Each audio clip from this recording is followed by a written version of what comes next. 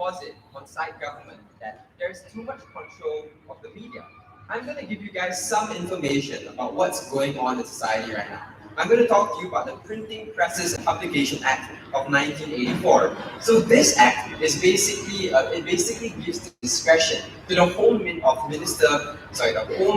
and Affairs Minister to basically have the full discretion to revoke, to give you the license or to suspend your license when it comes to media and publication.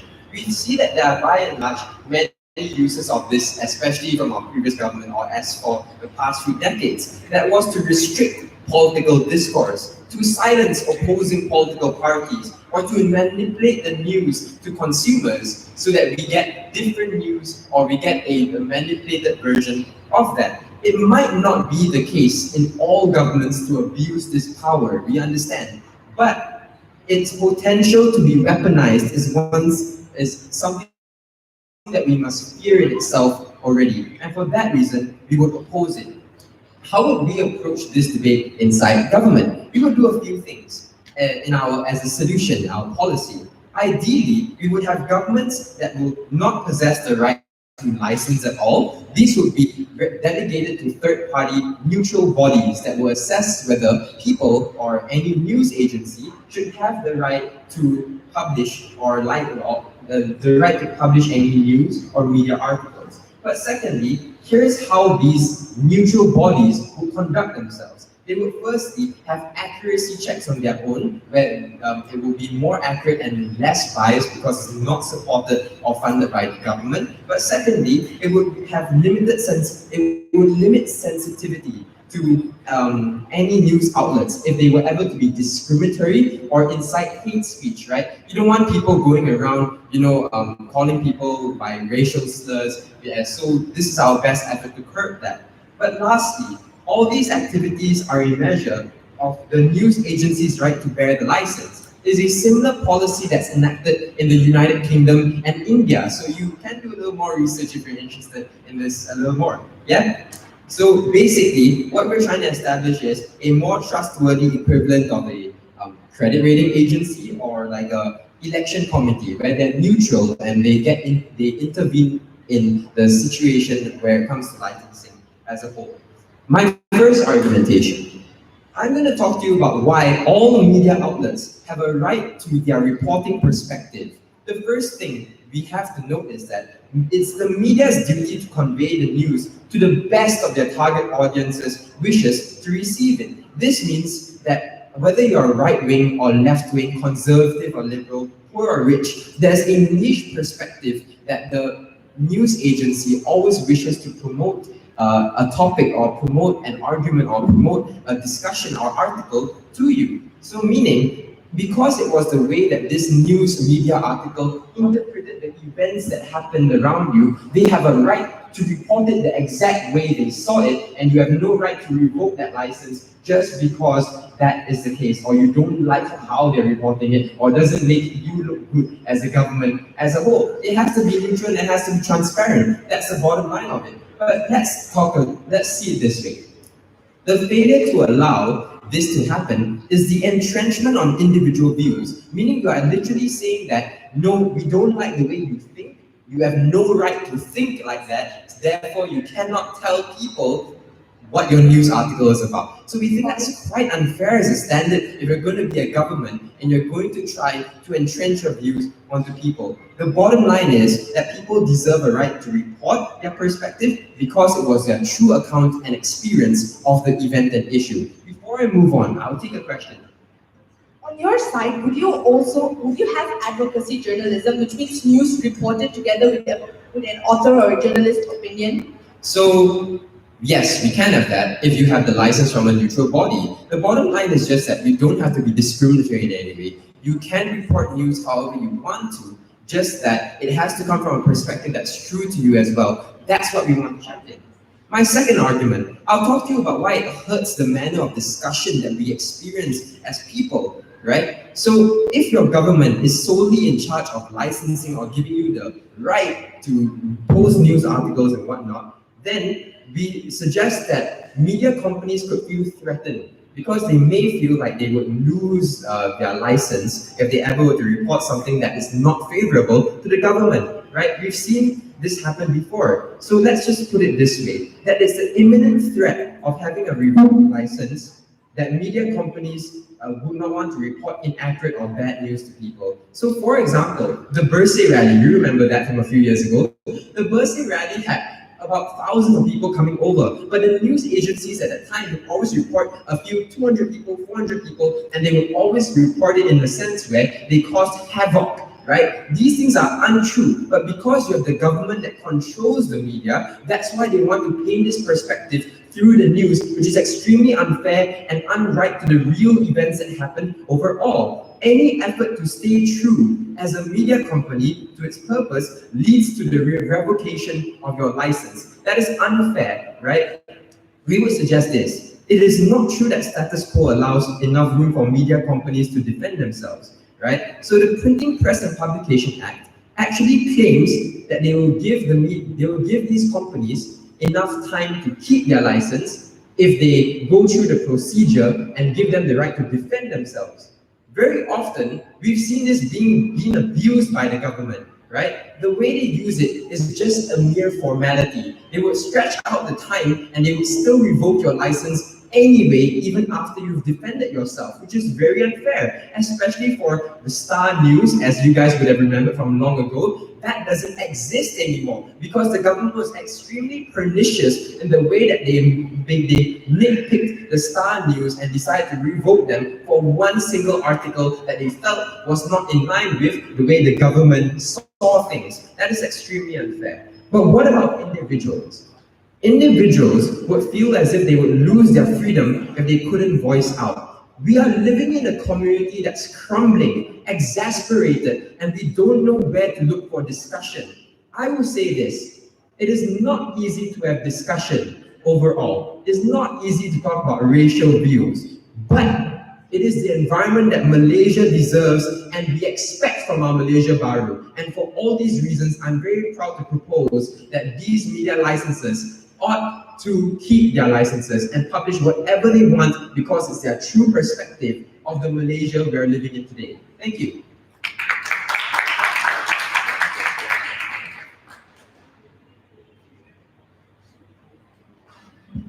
Thank you very much, Daniel, for that speech. Now, to respond to the Prime Minister, we have the Leader of Opposition, and that person is Iman Hassan. She is 22 years old. She's currently pursuing a degree in electronic engineering at University Technology Mara. And when I asked, what is something interesting about you that you'd like the audience to know? She said, I like to cook, and I make really good carbonara and tom yum. With that being said, I'd like to invite the Leader of Opposition to continue the debate. Hear, hear.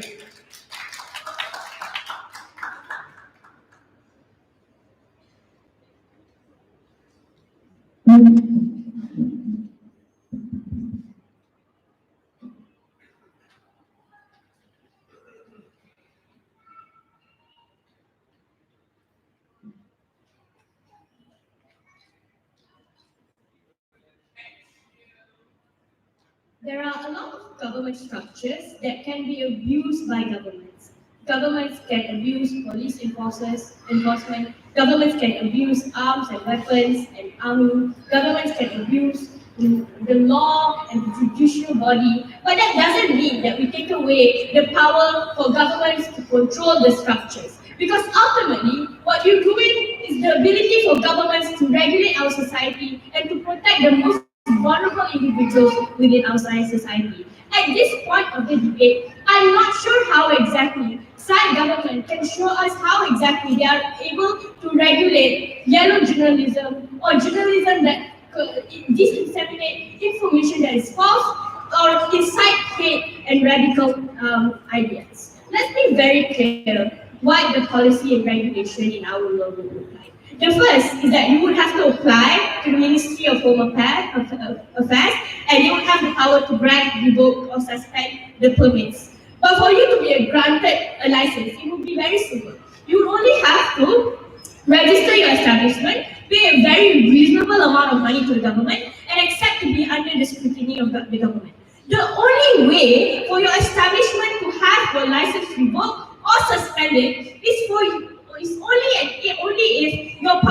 publication was outrightly endangering national security interests and causing incredible amount of social unrest. Because otherwise, we would always allow establishments to publicize and release information as normal as possible. But the last thing is that if your establishment publishes something without a license, you will get jailed or pay out a substantial amount of fine. The reason why this is important for us to understand is that the barrier of entry for you to get a license is not that high, but the ability for governments to regulate and to ensure that there are not many enterprises that are able to give out false information as well as give out radical information to the public is something that we exclusively have under our Site House. But what did site government tell us? They tell us that, we're going to have a license given out by independent entities. The first response that I have to this is that I think the site government was principally inconsistent.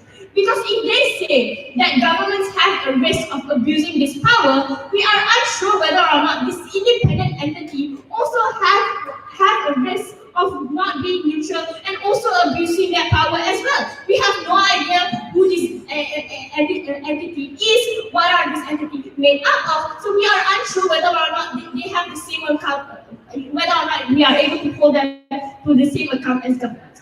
Why is that entities that are led by governments better? The first reason is that it is accountable and answerable to its people. So insofar as individuals on the ground feel that governments are abusing this power or governments are being unfair in terms of regulating the enterprises that get these licenses, then we are able to vote out those same governments and vote out those ministers who are abusing these powers. This is something that people on the ground exclusively have under our side of the house that we don't have when it comes to independent neutral parties that they wanted to support under their side. So, I'll answer 3 questions in my speech. The first question is, will governments abuse this regulation in the first place? I think the claim that came from Prime Minister was untrue, because I don't think governments would abuse this, right? Even during the BN era, the Star has always been critical of the government and has always had a lot of opinion pieces that were controversial. They wanted to say, but the Star had their license revoked once upon a time. But the only time they got their license revoked was because it was justified and they went against the standards of journalism that was supposed to be upheld in Malaysia. But the second reason is that we must understand the context of Malaysia right now. We have significantly progressed since 20 to 30 years ago. The evidence of this is many. The fact that we have huge crackdown on corruption led by Latifah Koya, the fact that we have large amounts of youth-led progressive movements, that we have grassroots movements, and recently we had Undi 18 that was passed unanimously in both Dewan Rakyat and Dewan Negara. These are huge progresses that show to you that the government that we have right now in Malaysia is likely not going to abuse the power that they have. So we don't think the characterization that was brought up by Prime Minister was true. So I have 2 arguments I'll bring to you. The first is why freedom of speech is not an absolute right, and why in principle governments should have the power to regulate it. And secondly, why printing and publication license maintains genuine and credible news. I think the first thing we must understand is that the state's duty is always to protect the rights of individuals who live under the care. So it's also the state's duty to mediate between different interests of rights of individuals. So recognizing that, why does the state have the power to give out this license? While it is true that everyone here in this room has the right to give out your opinions and to speak your mind, you must also understand there must be a certain limit to your freedom, particularly when your freedom of speech conflicts and infringes on other people's freedoms and liberties. So that's why you see governments in Europe, such as Germany, Austria, and Hungary, criminalizes elements of Nazism because these governments recognizes that certain speech can cause huge social disruption and ultimately infringe on the rights of many individuals. These are the things that we ultimately can regulate under our side of the house. So that's why it's okay for us to limit freedom of speech. But secondly, why is it that we are able to maintain credible news? The first is that what would their world look like under their side? 2 things. The first is that it would be a free market of journalist companies. Ultimately, they will compete with each other and sensationalize journalism and and make sure that they are able to give out information that is sensationalized or possibly exaggerated to get as many views as possible. So what they do is they give out false information, they exaggerate, and they do clickbait headlines. This is half the dissemination of information and things. Sure. Can you tell us why a government would have no incentive to change the news or manipulate it in order to keep its power and relevancy as compared to a neutral body that has no stake or incentive in it to retain any power whatsoever in the media? So the reason why governments don't have incentive today is because news and media has completely changed before 20, 30 years ago. We have other accountability measures that are not just print media, that we allow to hold governments accountable. So we think ultimately we can hold governments accountable. Before I finish my speech, I want everyone in this room to introspect your life and realize that there are many people in our lives that aren't able to differentiate fake news and real news. We think these are the individuals that we have to protect so that they don't feed into yellow journalism. We're very proud to.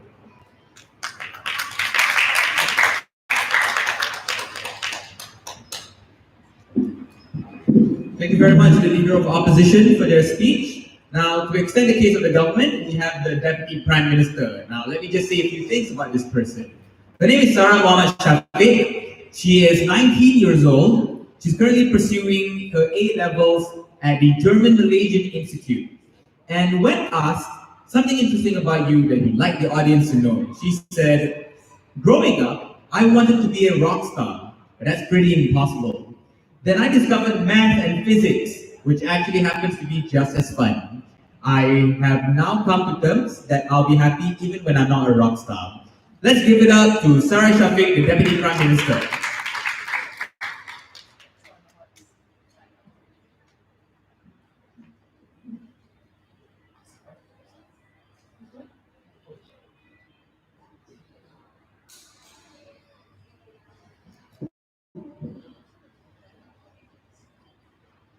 The might of words and the might of thought is probably one of the greatest gifts God has given to us. The ability to think and the ability to give out information is something that only happens well outside of government.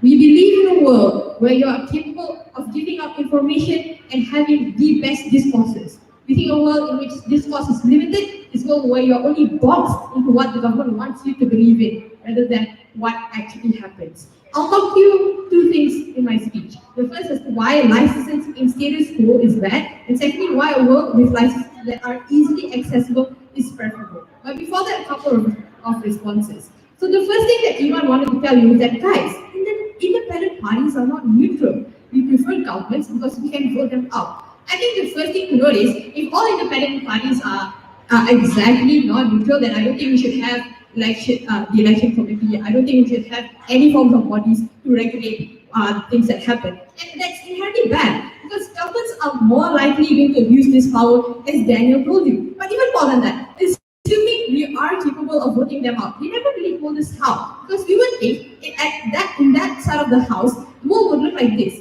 Governments are actively going to restrict information. What they will be telling you is that the government is good, therefore there's really no necessity for us to be voted out. What this means is, on the comparative, we would have more counter narratives and we have more discourses in which we are able to critique the government. And that's the world in which your governments will be easily voted out compared to your side of the house. But then they told you that, hey, it's good, we have progressed. It took us 30 years. We are now capable of talking. We have now cracked down on certain parts of the government. We think it's far better on our side of the house. If it took you 30 years, in world where information is easily accessible, it will take you 10 years. It will take you far easier and far faster for you to get those forms of achievement. If it's true, it took us 30 years, then the question now becomes, how do we get it faster? We think that's a world in which we provide the obvious answer, a world in which you are able to access the most amount of information. But then they told you that free market journalism is bad. How do you necessarily quantify what is true and not? So we would say, assuming there are 20 news outlets and 17 of those outlets report the same thing, then you could necessarily identify that these 3 news outlets are pretty much inaccurate or pretty much not the most legitimate or the most verified. So So I think there's a natural check and balance within the free journalism market. But even more than that, the specific nuance in having free journalism is the idea that there will be some truths that will be cracked down by the government in your world. Because there will be a lot of government cover-ups that will not be able to be able to be known by the public. That is only a world in which government provides, in which everyone is capable of giving out information, and the truth will be able to prevail in that side of the house. Before I move on here, So just to be clear, you're okay with everything we stand for here, except that the government shouldn't be able to decide what's allowed or not allowed. yeah, naturally, because we think that the government is restrictive in nature, and like I'll talk more on how licenses with regards to the government is bad my implementation. But let's look back at what Daniel told you, which was really important in this debate. He told you that there is a principle of duty of media to give out information. But what it also means is that you should not restrict people's thoughts. That everyone's ability to talk should be entertained and should be one that is heavily celebrated by the public. But even more than that, it's principally wrong for you to hold these publications ransom when you have the ability to revoke their licenses. What this means is you literally push them into a corner to talk about the things that only you want to talk about. Therefore, you limit their freedom and you disallow their ability to talk about the things which are naturally important, the things which people naturally look away from. These are taboos which have the necessity to be talked about within status quo that only happens in our side of the house. The star was suspended for 7 months and the age doesn't exist anymore. In that 7 months,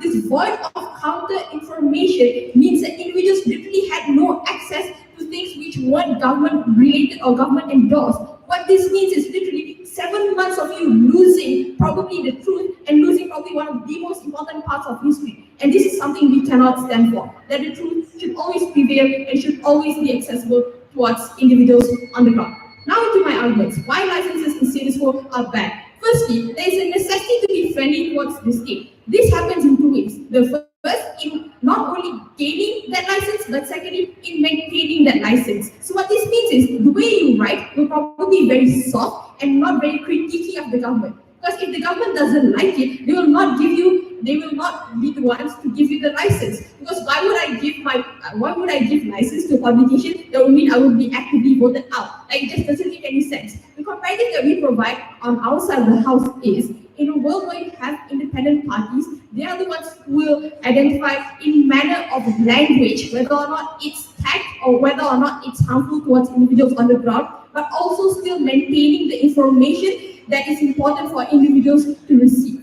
We think the comparative on that side of the house is you only get clamped down worse. But secondly, the perception of not being legitimate without a license. In this side of opposition, it's extremely hard for you to get a license if you're not endorsed or if you don't actively do things in which the government likes. So we think the comparative that we provide is far better. In a world where it's very easy for you to get license, it's far easier for you to be able to produce and bring out to the masses blogs or even articles that heavily critique the government. These are things that won't exist on side of opposition. But even more than that, the reason why that's important is in maximizing access, what you do is you give the voice to the to the minorities and to the people who have the least amount of voice. What this means is within status quo, I think the procedures, while there are parts that are true, it's far easier when you're rich and when you have fame on your side. So it's far harder for minorities to be able to gain access towards publication licenses. In a world where you have an independent party that's able to look out for these individuals, then they are the ones who will help them get the publication. We think the right to express your information is a right that everyone should have and should not only be limited to the amount of money or the amount of fame that you have. Therefore, we think it's far better on our side of the house. But lastly, we think when you limit the dynamics of reporting, that's where people are more likely going to revolt and people are more likely going to start asking more questions. We think publications should actively go and search into gray areas and should actively go into search of finding the correct truth and not only being limited by the government. To be boxed off your thought is probably one of the biggest tortures that you could ever have. We think individuals should be able to access the truth at all times.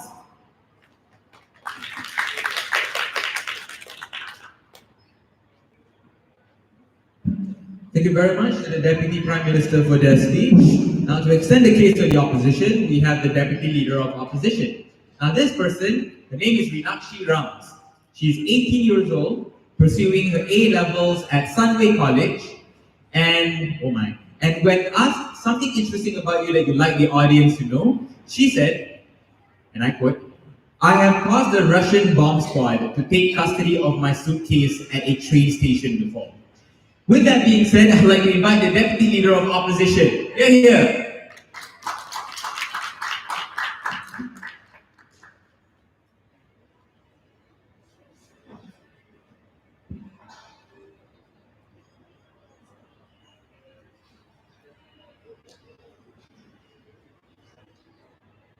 My citizenship rights shouldn't be up for discussion inside government's role. We don't think an independent body is able to take care of the welfare of racial harmony at best the same way that the government can. And that is what we stand for inside opposition. It's simple to say that we defend status quo, but we realize that maybe there are some flaws in the act that we have. For example, the total discretion to the Home Affairs Minister to suspend the license, right? I think these can be up for review, and it's much more likely to be changed in side opposition with the new government, where the parliament is more open in nature. We don't think you should completely remove the government's ability to permit publication licenses. Before I move on to my argument on the legitimacy of news, let's rebut and review some of the things that government said. I think firstly, their entire policy of the independent body is one that is flawed to begin with. Because recognizing that there is potential for it to be corrupt itself is a same potential that we have inside government, right? The ability to be abused. Secondly, things like, and also if the government is abusing the power, we literally changed the government because of that. We literally had democratic protests. And here's the thing about independent bodies, we can parallel this directly to the United States, where you have literally so many publication sites, and there's an influx of information which literally harms discourse, because white supremacy is so prevalent in news sites like Breitbart, and it's constantly pushed towards people because of the fact that they have more money to print more articles. So we think that on that thing itself, we don't think that the independent body works. Secondly, I'll take one later. It's untrue to say that the Malaysian media or the journalism industry is one that is flawed, one that is pro-government at all times. Look at Star News in 1980s, Utusan in 2015, and Malaysia Kini, who's been fighting so hard to be pro-opposition for the last a few decades where BN was in power. All of these things exist, and all of these counter interactions exist, right? But thirdly, on this whole idea of minority publication license, that it's hard to get, right, if you're an Indian person wanting to start a publication company. It's super easy to register yourself as a company because you just have to pay the money. What's hard in most cases is maintaining your license. And the reason why people even suspend your license is because you go against the standards that are set. What are these standards, right? Firstly, things like talking about Jus Soli, talking about the Bumiputra rights. These are things that will cause social unrest. Imagine racist people on Twitter quoting articles from legitimate news sites just to validate their racist opinions. These are the kinds of things that will happen on your side if you don't have the government regulating and understanding how societal's reaction to news sites generally are. You can see that even with the ICER case, right? But before I move on to my argument, sure. But on your side, cases which are pro-ICER are actively surrounding us. However, counter-narratives are very much little. We think on our side we provide more avenue for counter-narratives because governments will probably want to pander towards the majority, which is anti-ICER. So here's the thing about the majority-minority divide. It's always going to exist. We don't think that removing the government from media is going to going to defer this by a lot, right? Because you see your side, if you're still going to have majority publication licenses, maybe rich majority individuals setting up publication sites and posting racist views with a few evidence backed by the majority, this means that minority people still probably won't get access to the media that you wanted to talk about. These issues are still going to exist. However, even if you call it a zero-sum game, the reason why your side is more harmful is because that independent body is unable to truly capture what societal's reaction is towards certain media like the government can. Because the government has more experience in going through it. for example, like after the 13 May incident, or after like so much of social unrest that caused the government harm, I think that's where they know better. So why should legitimacy of news be protected? Because it's in principle, right? Where individuals have the right to know, and publication news sites have to preserve this right. So what happens when licenses are removed, right? Like I think Iman's argument is so important about how when you have a free market journalism market, what's going to happen is that a lot of companies are going to sensationalize news, right? They want more people to click on their link sites, which means like the diluted information is going to be bombarded with more things like hyper exaggerated things, right? By that in its own, journalism quality in Malaysia is going to decline. And in an era where Malaysia is literally up 22 places in the media press freedom around the whole world, I think it's super important to protect how journalists or how media acts in our country, right? So because of that, we think that this proves that it isn't the licenses that causes media freedom to be suspended to begin with. We think it's the nature of government that's correctly pointed out by Iman.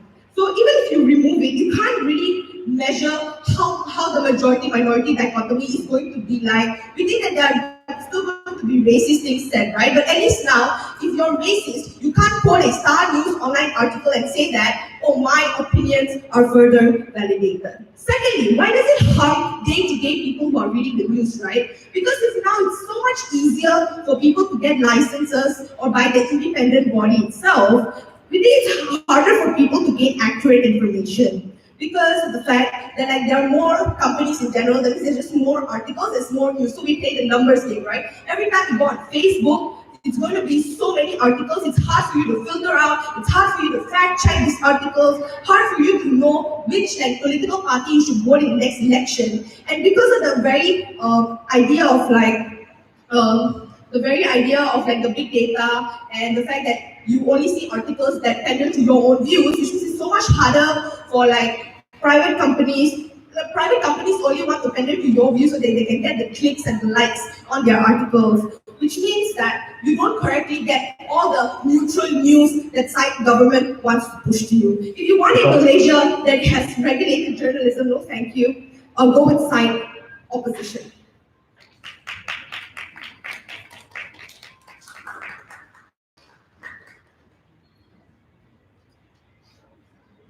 Thank you very much, Rina, for that speech. Now, to wrap up the substantive portion of the government bench, we have the government whip. A few things about this person. His name is Ganesh Ram Agarwal. He's 21 years old, currently pursuing an undergraduate degree in law at the University of Malaya. And when asked something interesting about you that you'd like the audience to know, he said he is an 8th grade violinist. Now, with that being said, I'd like to invite the government whip. Here.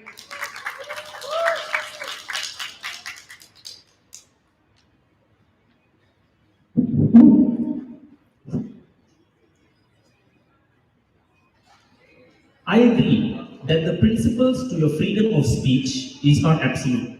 But ask yourself, do you need the permission of the government before you speak?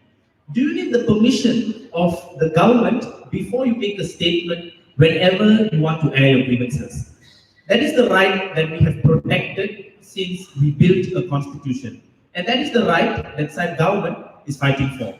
Before I go into the two important questions of today's debate, I just want to get rid of all the non-contentious things that have been mentioned in this debate. Firstly, the Printing and Publications Act in 1984 does not adhere to online media because you don't need a publication license to produce content on the internet, right? So all these ideas about journalism online, about links on Facebook, does not hold water into this debate because the Home Ministry has no jurisdiction to give them a license because they don't even get a license. And all these harms about yellow journalism, about fake news media, all of these things also don't exist because under both sides, they are not registered. You cannot take a license from an institution that isn't registered. And that's essentially what side government is fighting for. In our world, there's going to be the same number of companies. There's going to be the same number of entities and bodies. It's the difference maker is that your licenses is granted by an independent body as opposed to a government. So all these ideas about fake news, yellow journalism will exist on both sides. How we counter against that is through acts by the Defamation Act, by enshrining the Constitution and civil suits, not by the Printing and Publication Act, not by the government institutions by themselves, right? So getting that out of the way, what are the two important questions that we need to answer? The first, is government capable and is government good? I think the main thrust of opposition's case has been independent bodies cannot be trusted, independent bodies are devout to corruption. The same reason is given to governments. I think this has been explained and analyzed well by government. But extending better is that the fact that government has the fact that government has so many responsibilities, the fact that government has shown to be more abusive and corrupt in the past means that it is more likely for us to believe in independent institutions to grant these licenses better. I think this is the comparative that the opposition must answer. Because it is not enough to simply state independent organizations are prone to corruption without first providing analysis and links as to why that is true, and before providing why that comparative is better.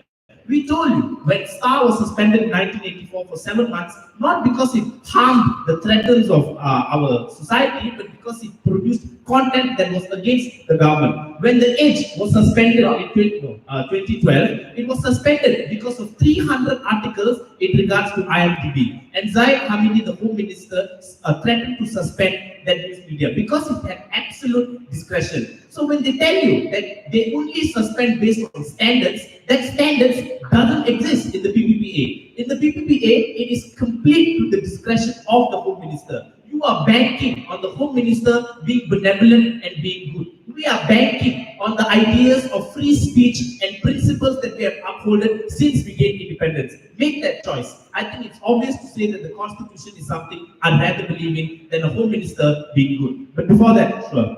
So all of your examples are from 20 to 50 years ago or from the previous government.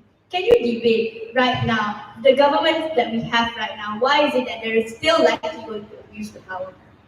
Like I told you, the principles that we are protecting are absent or are independent from how good your government is. An independent body back then would have been better, an independent body now is better. That's it. Forever and more so, that is the price that we are willing to defend. If BN comes into power in the next election cycle, what are you going to do? Vote an entire government out just because they have abused over publication licenses? That didn't happen 60 years ago. We voted BN out because of the massive corruption that they had in all aspects of government. It's unlikely for me to accept that I will only vote for any government that is good in publication licenses. I think you need to prove why that is likely and why that is better. It's a comparative. That's what debate is about, right?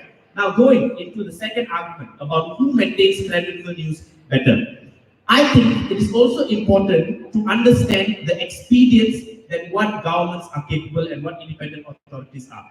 Giving charity to side opposition. The PPPA has been reformed. It is now where the Home Ministry, when they choose to expedite or remove or suspend the publication licenses, companies have the opportunity to defend themselves. This happened in the Star and Malaysia TV 2 years ago. The problem with this is, the Star and Malaysia TV was only removed from suspension because of procedure, not because of substance. That means, if the Home Ministry continues to follow every single procedure to protect his or her discretion, that publication will still cease to exist. And I bring you back to the Supreme Court case that happened in 2014, Malaysia TV against the Home Minister. In that case, the judge argued that your ability to promote free press is just as important as your ability to have freedom of expression, as protected in the Constitution in Article 10. This means one thing. It means that it's extremely valuable to us to be able to have publication licenses to be granted at any opportunity possible. Our side, even though we have a barrier, that barrier is given by an independent body, just like the Election Commission. They ask the question and they tell you that the government controls and may be corrupt in the police force, may be corrupt in the education system. Does that mean we replace them with independent bodies? I think that's outside, or that's being completely disingenuous in the case of opposition. The election committee, because we recognize their interests from the government to protect their power, we create an independent body. We recognize that the corruption and anti-corruption committee, if controlled by the government, may mean they have promoted their own interests. Similarly, publication and media is extremely valuable to the Malaysian population. It shapes our values, it shapes our ideas, it shapes our thoughts. If the government has complete control to decide when and where I can take your license, when and where I can give your license, and when and where I can suspend your license, that means that the government may be prone to corruption more so than an international body. And that is a principle I will gladly defend as I continue standing on this podium. All in all, SAID government pushed for a very simple idea. Your ability to express freely is something that Malaysia protects.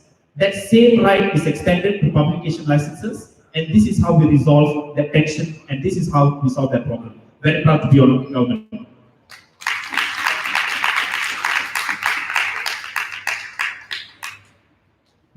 Thank you very much, Danesh, for that speech. Now, to end this debate, we have the opposition whip, Mr. Azim Nazri. He is 25 years old. He is currently pursuing a degree he graduated with a degree in communications, majoring in public relations. He is actually currently our programs development manager at MIDP, and he is an alumnus of University of Technology, Mara. When asked, what is something interesting about you that you'd like the audience to know? He said, he will actively remind all of you that Qatar is pronounced as Qatar. Fun fact, even I just learned that. All right, with that being said, I'd like to invite the opposition whip. Here.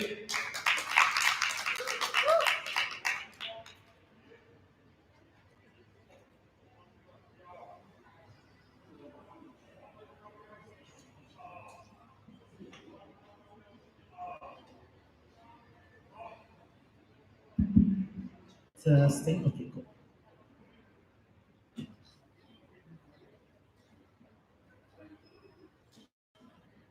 The government bench wants and dreams of a Malaysia Baru, but they talk of Malaysia Lama.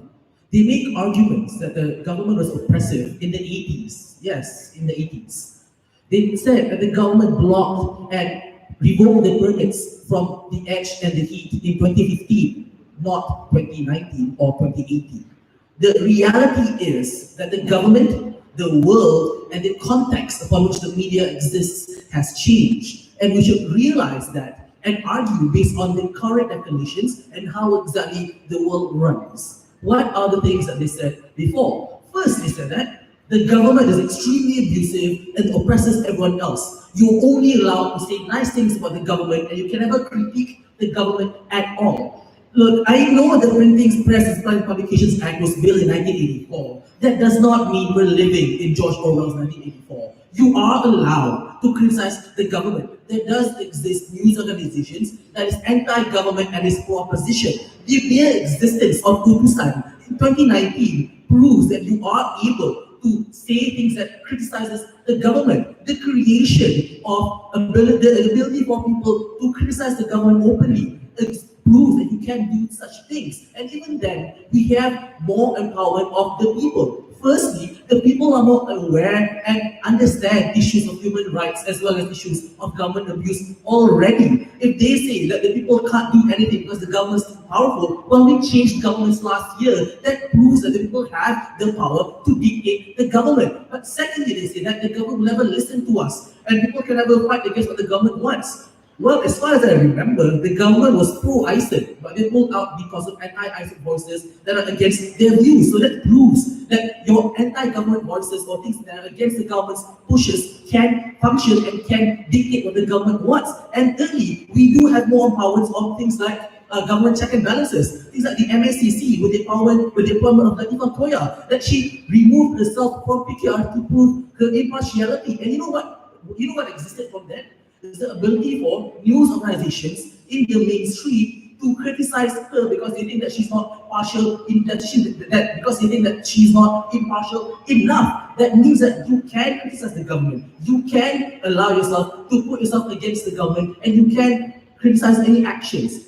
But here's the biggest problem with that case. They agree with 99% of everything we say, except one thing, that it is a neutral body. Who is this neutral body? What can they do? What is the difference of what you can or cannot talk about? None of this was explained. So we can't actually have that debate if they don't clarify that to us. Before we move on to another point of response, sure.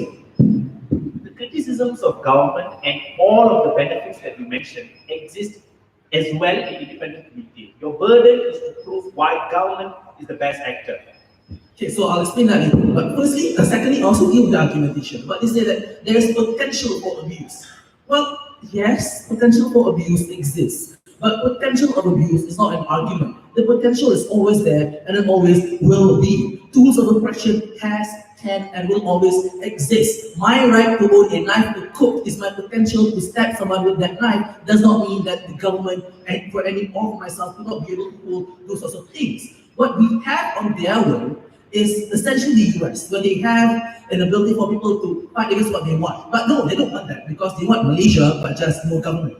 But still, what they do not have is things like a proper media council group that already exists, a standardized and codified code of ethics and conduct, a more empowered populace that's more likely to take actions, things like hate speech laws that don't already exist in the country. And this all means that what they want to do is unlikely to succeed if it doesn't have the authority of the government. And even then, what they need to clarify is what are the values that their neutral bodies want to have. Because these neutral bodies, do they care about national security? Do they care about national protection? Can you speak about things like women's rights? We don't know because they never clarified any of this. We don't know if they can speak about issues like top security or classified information. If it's an issue where the news agency is writing about what military secrets we got, how exactly can they speak on those things if it's fine for them to be able to discuss? I think there is some standard and some ability for the government to say that there is a reason, and sometimes the government's interests are aligned, no thank you, with the needs and interests of the people. And thirdly, is their issue is that the government is corrupt.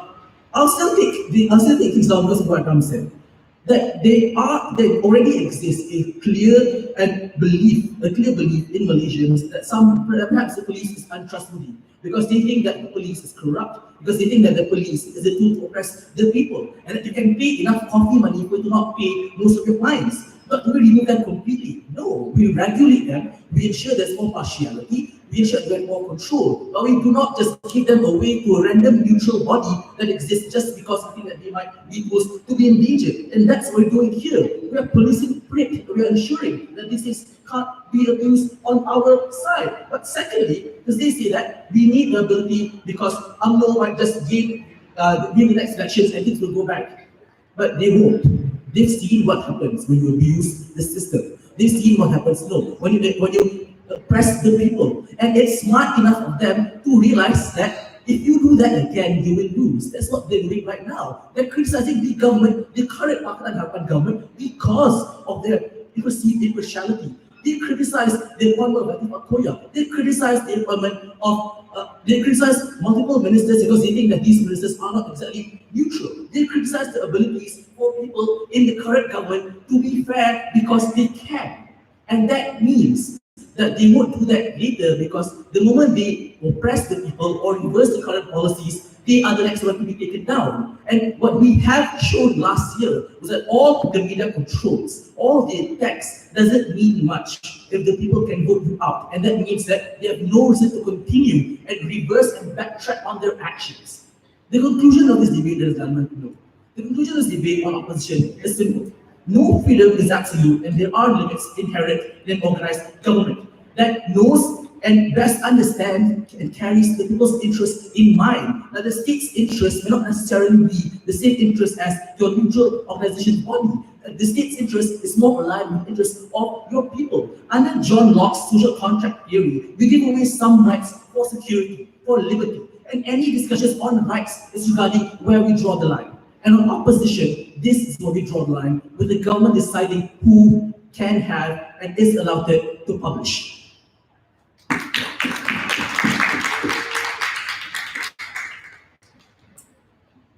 All right, thank you very much, Azim, for that speech. Now, I'd like to ask the speakers and the debaters to just stay put, because we're going to have a conversation now.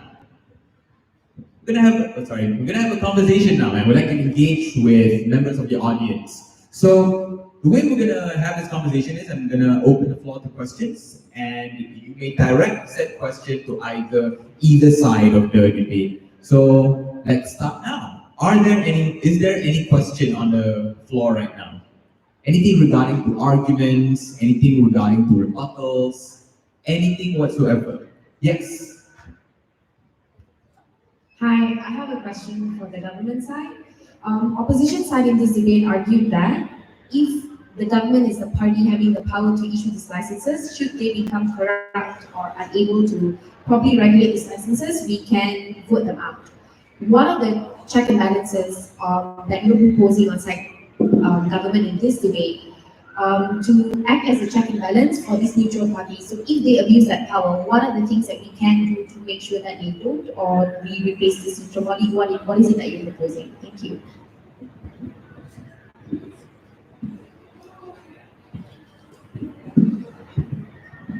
What we propose is just like how we regulate the election committee, right? At any point in time, if there has been abuse by the committee, automatically the government fires them because they are given a mandate by the government, and then we replace them with better substitutes. I think that is a better check and balance than it is to have governments. Or just like how we nominate the Attorney General.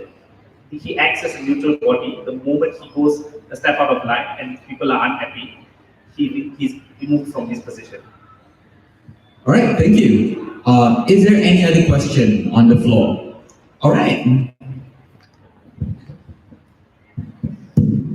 I have a question for government. What exactly the differentiations between independent companies and government? Because if government have job to give license, it means that government should send different departments to different cities, different companies to give the license. They also have different people and hold different values. Maybe some is neutral, maybe some is conservative, some is liberal. But on the comparative, if those independent companies, they also have the likelihood to be controlled by some giant companies or those boards, and they also have those corruptions and some things. So what exactly differentiations you propose for the independent company? So basically the difference is the independent parties act as a safety measure or safety guard, because governments can change and governments are easier to be lobbied than these independent parties. I think in most circumstances, like politicians are actively lobbied as well. So indirectly they are the ones who are able to dictate what sort of news is being produced. Therefore, we think independent parties exist as a safety measure, because as governments are even voted out, then what happens? If the new government is more conservative or more right-wing, then it's most probably going to be the worst side of the scenario. They want to start blocking news. And we think the uncertainty of the future, like unless we have some chairman who's able to accurately depict what the future is, we should always err on the side of caution. And that's why we think independent parties are more trustworthy, in a sense in which they are less likely to change the ways they view certain news rather than governments. Thank you very much for that. Next question. Yes.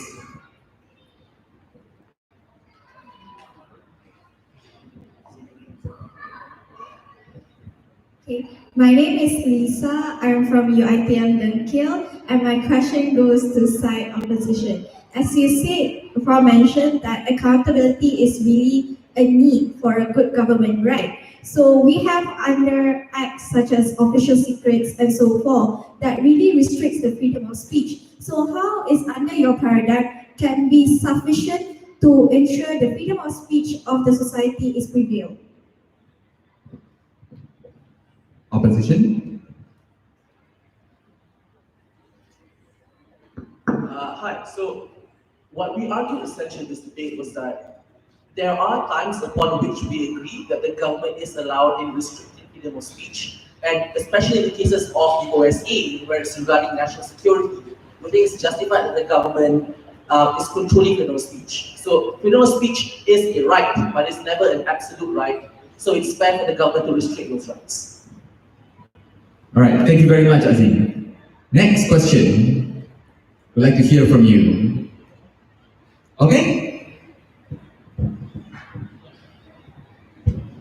Hi, I'm Irfan. My question goes for side of opposition.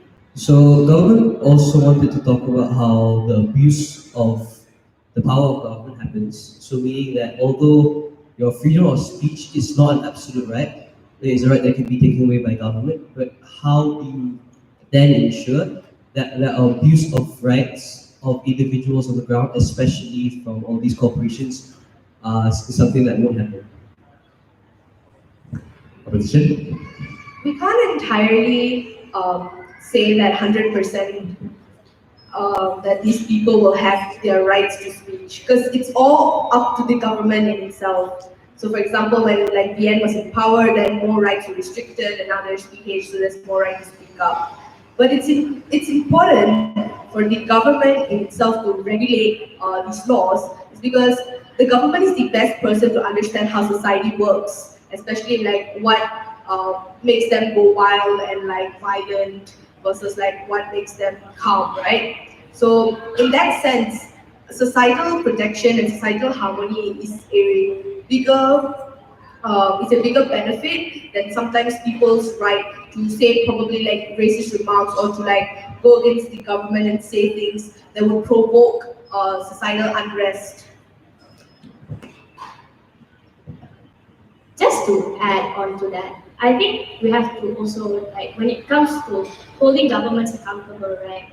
I think there are also other measures besides printing and publications as well that is able to hold governments accountable. At this day and age, it's very easy for individuals on the ground to find out that your rights and freedoms are taken away from you, especially considering that we have other forms of media that we can access, things like social media. So these are also things that individuals can access in terms of holding governments accountable. But the reason why regulation in terms of printing and publication is important is that we don't want to give credibility to platforms that are able to misuse their power to give out information that's possibly false or give out information that possibly can incite hate. Yeah. Thank you very much for that, Iman and Rina. Do we have another question? Yes, we do. So this question, I guess, more for the government side. So presumably your independent body will be modeled after the MCMC or like the EC, that kind of thing. So we know that the chief of these bodies are political appointees like Ad Harun or Latifah Koya, which means they also serve at the pleasure of the current government. So with that in mind, how is that any different from having a government body at the Good question.